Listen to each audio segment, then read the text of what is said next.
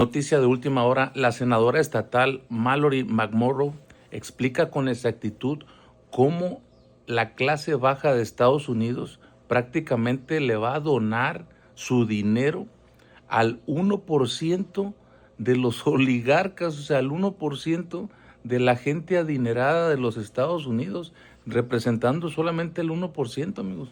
No, este video está imperdible y te explica claramente cómo es esta hermosa ley de Donald Trump, amigos. Así transcurrió el evento. Checa.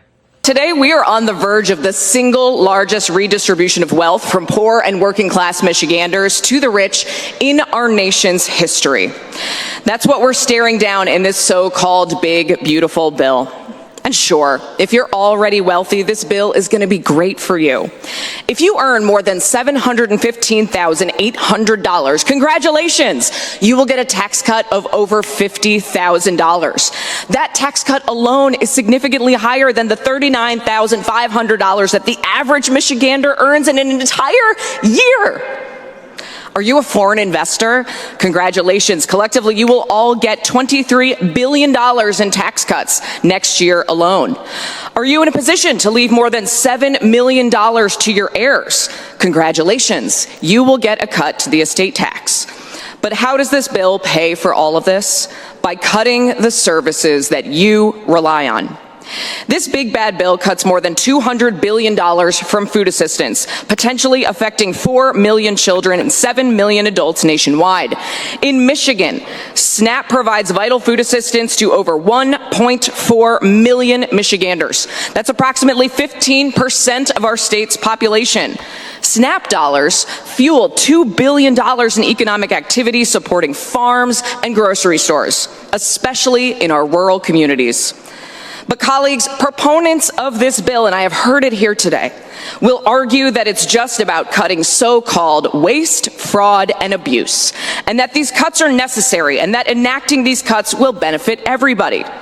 That argument is a flat-out lie. The University of Michigan economist Justin Wolfers analyzed the impact of all of the Trump policies combined.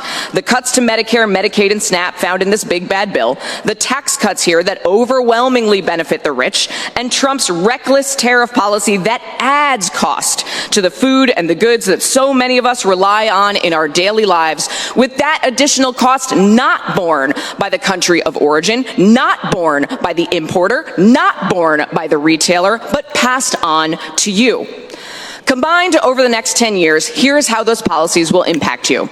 If you are in the lowest 10% of earners making just under $19,000 a year, you will lose $2,600. If you're in the lowest 25% of earners making $40,000 a year, you will lose $1,600. If you're the median income earner, if you make $80,000 a year, you will lose $1,200. If you're in the top 75% of earners making $1,770, you will lose $600. If you're in the top 80% of earners, you will lose $500.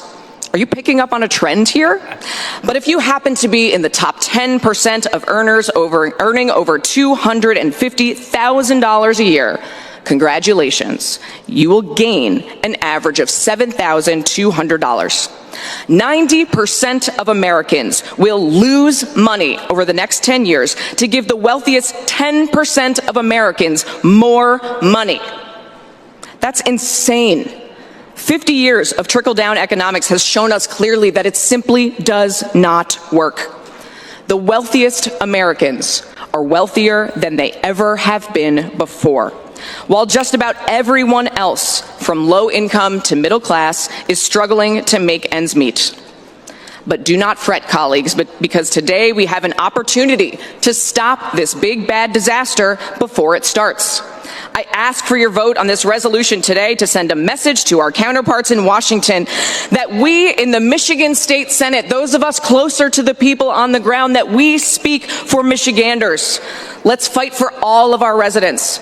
Let's safeguard Medicaid. Let's safeguard Medicare. Let's safeguard funding for the Affordable Care Act. Let's safeguard cost savings for Michigan families on their energy costs.